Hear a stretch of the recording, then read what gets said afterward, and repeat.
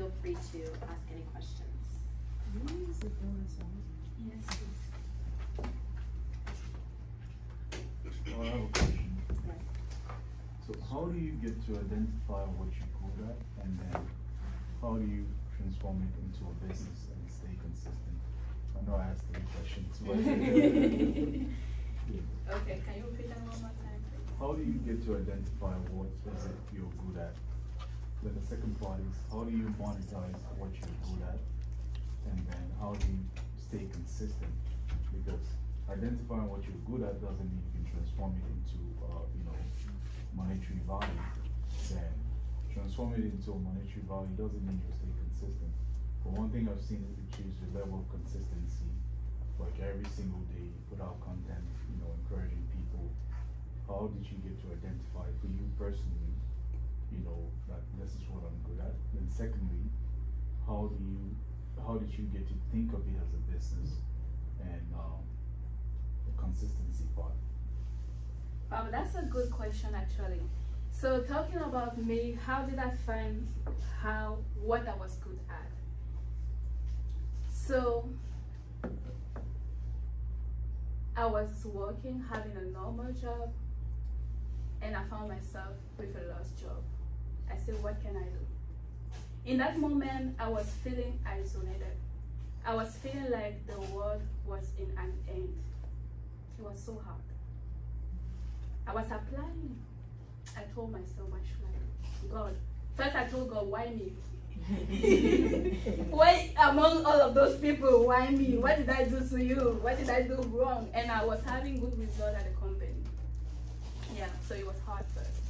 But I told myself that, what if I share that story to other people that are going through the same situation or similar situation? Once I thought like that, it changed everything. So I started posting on social media. So as I was, going through that part, I was learning and I was applying to myself. I was sharing exactly what I was practicing to other people, and I found that they were inspired by that.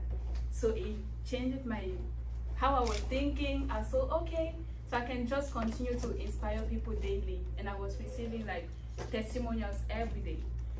And when I looked back, I understood with the testimonials of people that I was doing university with them. They told me that the whole time in school, I was already encouraging them. And I didn't notice it because it was not my focus. I understood that, oh, so that was a gift that I had since. And I was doing it unconsciously because it was a natural gift, but I never noticed it until that break happened, until that event that was fatal happened.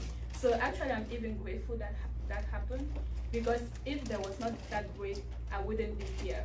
I wouldn't have discovered that purpose. So I started helping people each day, like for free. I didn't even know that I could do it a business. I didn't know that the name was coaching. I was just doing it and helping others. So I believe 2 years later on, I noticed that even the term purpose existed. So I didn't even knew what was that word. That's what, since I started making some research, reading books, talking with some coaches, the people that are out there that was inspiring me, I noticed that actually it's a real business, that you can make it a business. And now I decided to focus on entrepreneurs, because that job loss led me to discover the power of entrepreneurship. Because I was from the mindset that we should just do like 9-to-5 job. I didn't know in my environment it was natural. Like there were not people that were doing business in my environment. But when I found myself jobless, I understood that actually being jobless doesn't exist, and actually you have the potential to be an entrepreneur. And I said to myself, why not get in that part? Why not jumping in it? And it was kind of natural for me. It was a journey of self-discovery for me. So that's how I got into that, and that's how I wrote my vision. And now how to be persistent. That's where the calling part comes to place, because if it's not something that is greater than what you see, that is greater beyond everything that you see, you cannot stay persistent. Yeah. Because when I started this, it was like a sudden change for me. That transition didn't have like a real transition. It was sudden, like you just go from this to that. That transition was sudden for me.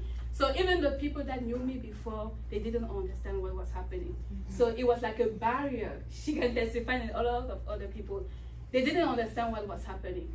But since I had that confidence, that self-discovery part that I was explaining in the process, nothing could stop me. So I cannot explain it. I could just continue it, whether there are storms. I could cry. There are days that I cry. It's natural to have emotion, but like I said all the time, you cry with one eye. You open your other eyes to scream. Yeah, you have to reach there. There's no. It's human nature to cry. We have emotion, but even if I cry with one eye, I keep my other eyes open because you never know. Yeah, I need to continue. So that's what. Yeah.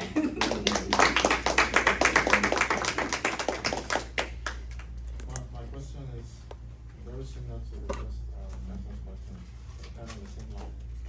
I just want to take it from another angle, something that affects me personally. So I know it's good to have a vision and to be very passionate about something that you want to pursue, right? And you're in love with that thing with all of your heart and you're doing everything. But there's also, you need to sustain that vision, right? That vision can be there because it's not being sustained. It doesn't have the monetary sustenance. So how do you build that sustenance to keep your vision going? Basically. That is a really good question actually. How do you sustain that monetary part? Like I said, I'm again in this question a good example that you don't need to have money to keep growing your vision. It's surprising, right? The thing is that most of us entrepreneurs, when we start, we want to make profit, and it's good.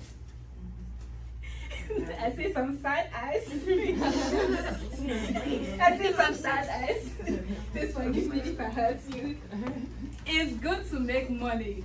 At the end of the day, if you don't have money, you cannot help people. So it's good to make money. But first, I believe that the first thing that you have to do is to invest in yourself. That is one thing that I have been focusing on, and it has opened a lot of doors, even the doors of money for me. So I have focused. I didn't have any money.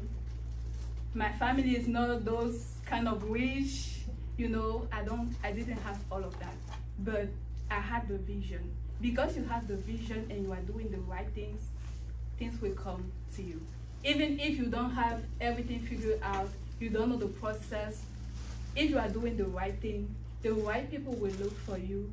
They will give you the direction, they will give you the guidance that you need to reach that. So what I would tell you, invest in yourself.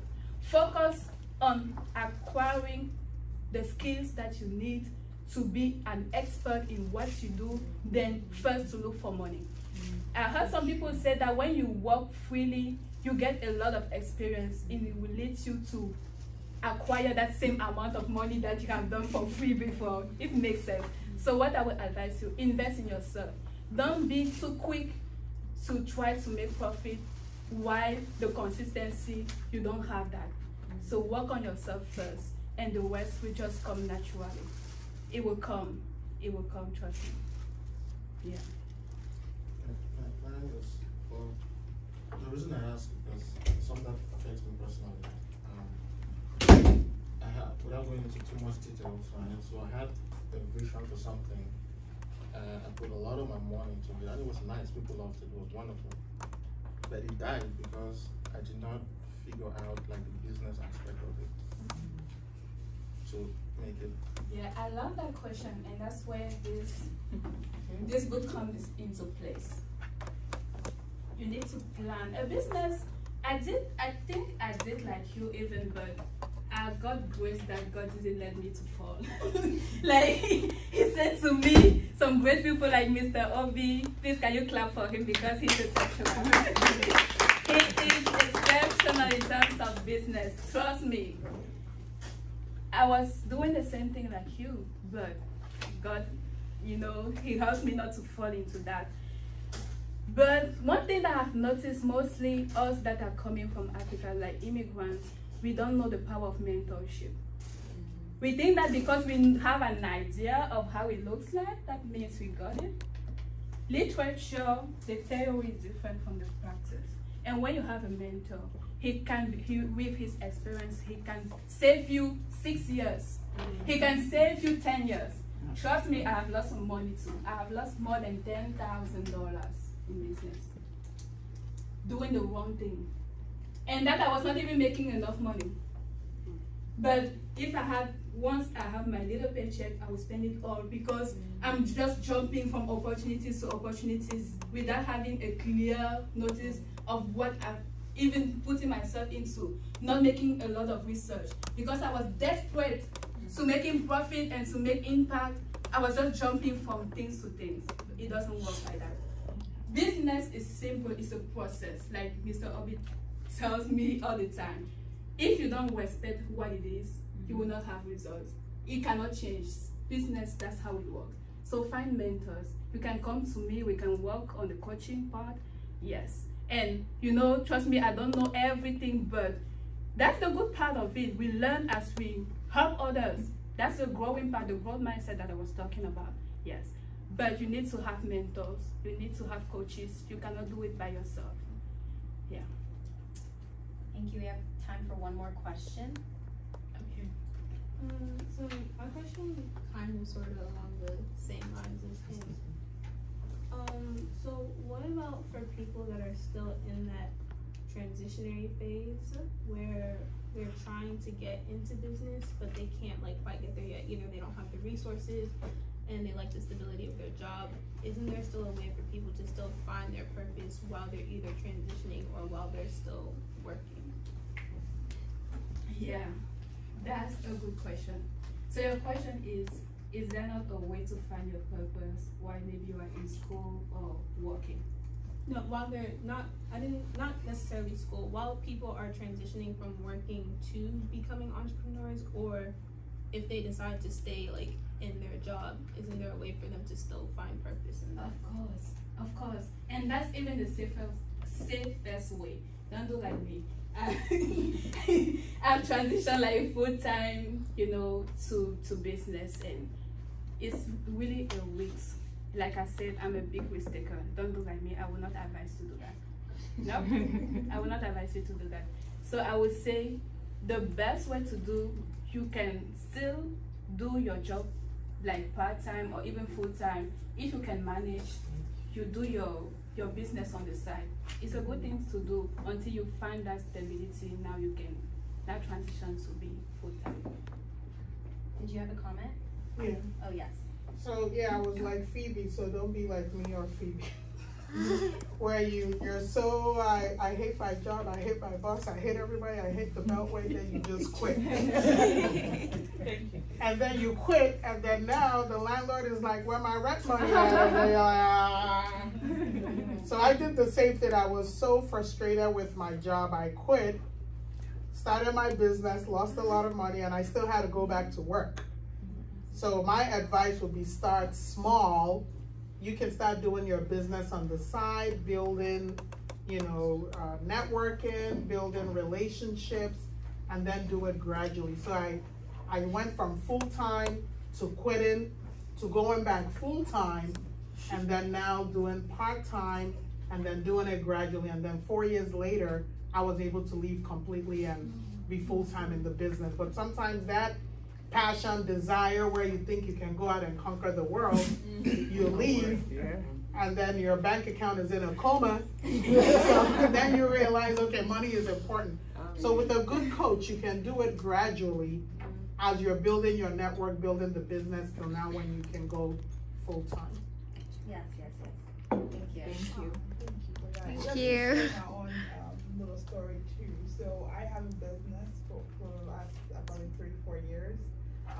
And just to piggyback on what you said, it's so important because I'm in that phase that I hate everybody in my job. I need to quit, but at the same time you're looking at, your yearly pay, and I'm like, and I have kids, so sometimes life also happens. I have 3 little people, so sorry, I just had flashback about them. So with that, that's also come priority over what is the goal of me wanting to become an entrepreneur so bad. No, my priority right now is the kids, my family. So you have to balance. There's also life that happens that you need to put everything into perspective before you go full time into something. So I wanted to share that. So for me, I quit my job on a call, like on a Zoom call. Alright, and I just said, I don't think I can do this any longer. Wow. So the people in the meeting was like, what? You know, I just said, I think I've had enough. I've never been this clear about my purpose. So I quit. But I've been someone that I knew how to save money. So thank God. And also thank God that I had a brother who is very frugal with money. So during the transition, I will not lie to you, there were so many days where I was like, you know what? Let me update my resume and just, right? So you get those temptations, especially when there's a breakthrough. There was one night, it was so bad. Like I was like, okay, it's almost the end of the month.